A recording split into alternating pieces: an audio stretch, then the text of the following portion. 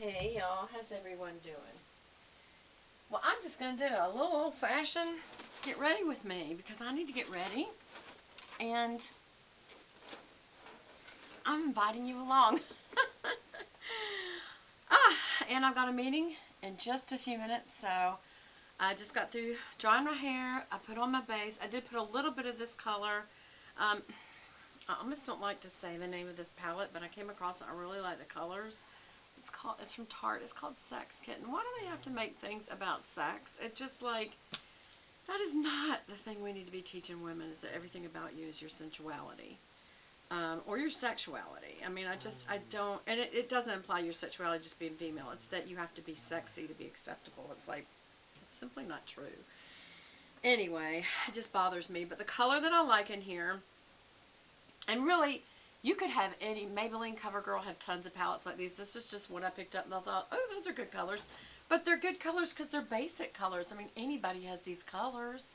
If you don't, I mean, you can go to the drugstore and get a palette that will have these exact same colors. What I like about this one is it has 3 highlight choices. One is a shimmer, like a champagne shimmer, and then it has 2 mattes, one that's white and one that's kind of a creamy white.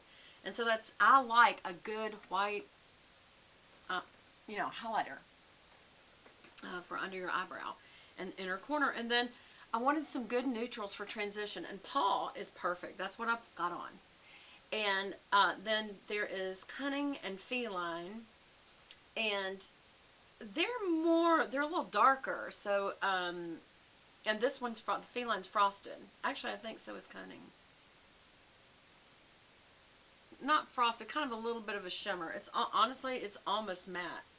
And then it's got a dark brown, Wildcat, which I like a dark brown because you can use that in the outer V and also through your brow, to reinforce your brow. And then there's black, and called Prowl.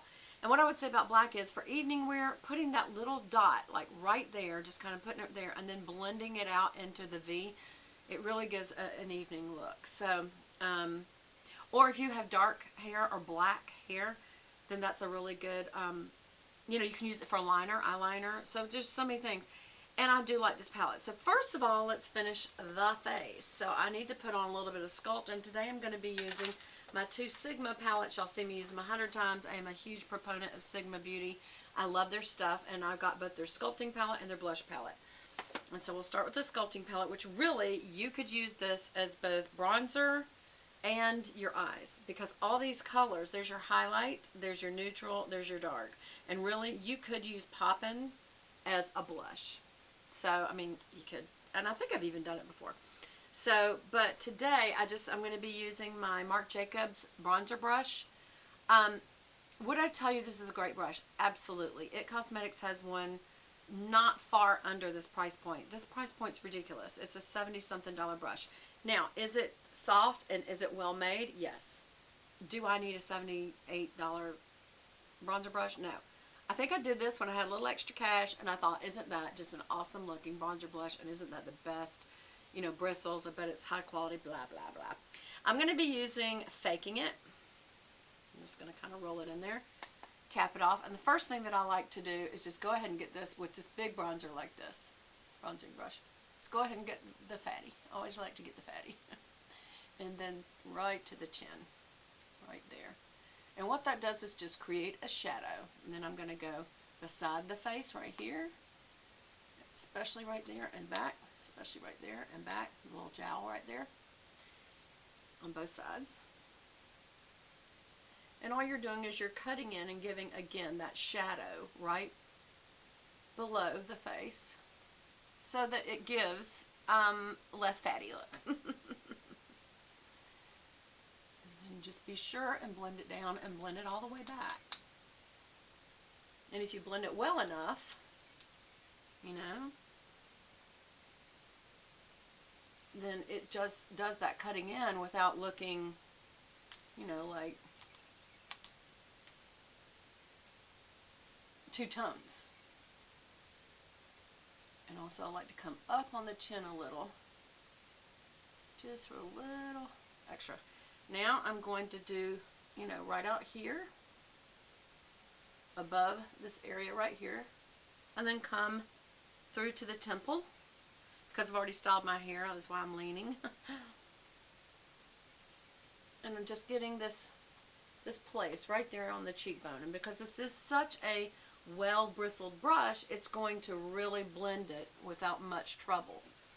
And again, I'm going to come under the temple. And then I also do all the way to the hairline. And again, right on the end of the chin and the end of the nosy. Right underneath. Now some people like to take this and go down either side of the nose. I don't bother to do that, and I'll tell you 2 reasons why. For me, it's just not the way it works to help de-highlight the size of my nose, because my nose is big on the end right there, that bulb right there.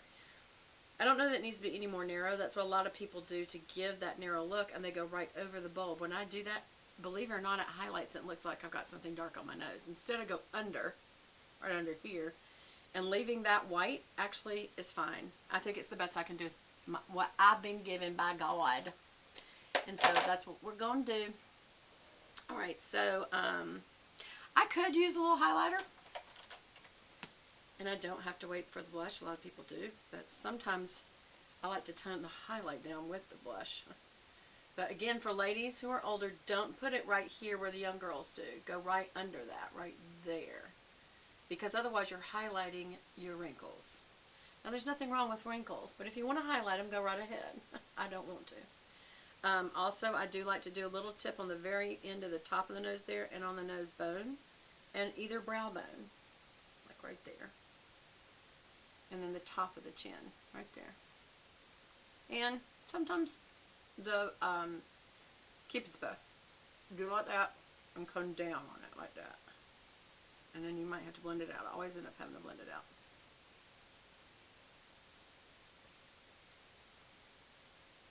That's fine.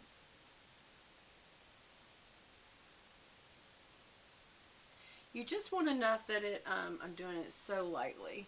I'm not getting on. You just want it to do enough. You also don't want to ever get in here because that will highlight your pores. And as you get older, your pores, wow, y'all, I realized I did something.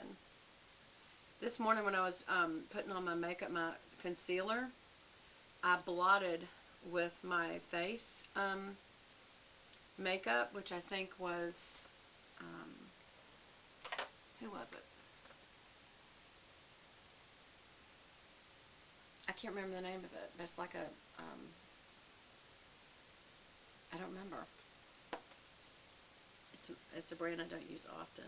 Can't think the name of it. But anyway, I ended up blotting with the concealer and the foundation, and it has set in my wrinkles. Like, it's going to be really hard.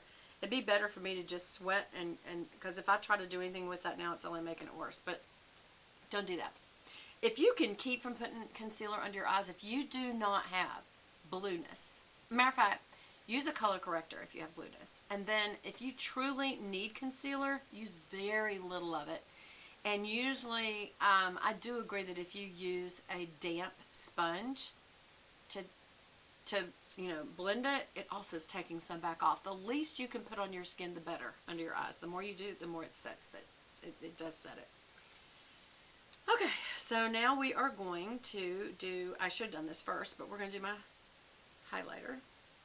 Oh, you know what? I didn't do my blush, but I'm going to go ahead and do my highlighter since I got the brush full. And I'm going to do the inner corner. And I'm using this secret color, which is a frost. And I do like a frost for the inner corner, not just a matte white. And I do like a frost or shimmer, whatever you want to call it, under the brow. And because it hits that brow bone, and that's where you would have put highlighter anyway. Now on this side I have a scar, so it's always kind of weird to blend that out. It's a little bit of a problem sometimes, but I have the opposite on this side. I tend to underdo it on this side for some reason. And I'm going to brush that right across the lid a little. And actually, I'm going to do a little more of that on the lid, right on the center. I'm going to go ahead and make it a frosty day. I'm doing a little bit of secret and a little bit of sly. And what that is a little bit of frost and a little bit of matte. Could put matte on first and then put the frost over it. I don't think it really matters, so I did both at one time. And that's just me. Okay, so that's that. Now I'm going to go back, even though I've already put this on. I'm going to use my large fluffy E50 from Sigma. Boy, that had a little bit of fallout, didn't it? And I'm going to put some more of that, maybe a blend of Cunning and Paw. And just kind of reiterate this little transition area. It was done, so I don't really need to do it. I'm just going to lavender it back up. That's done. Now I'm going to take my tapered, I was going to say pointy, tapered blending brush, and I'm going to go in, I think I'm going to use V-Line. It does have a bit of a frost, so a frosted darker brown is what, or shimmer darker brown that you have. And I'm going to go start in the outer area and come out and in, out, in, out, in, out, in, out, in. And then I'm going to go through the crease with this color. Back and forth windshield wiper motions. If you look up, it really grabs the brush. And I want it to, so that, and then go blend it. Go back up into that area of the transition area a little and just blend that back down. And there you have it. Just kind of a little more depth when you put a darker color in the crease. Look at the difference in the two eyes. This is fine for daily. That's fine for every day. You don't need to do this. I just like the depth of a darker color in the crease. That's me personally, but there's the difference.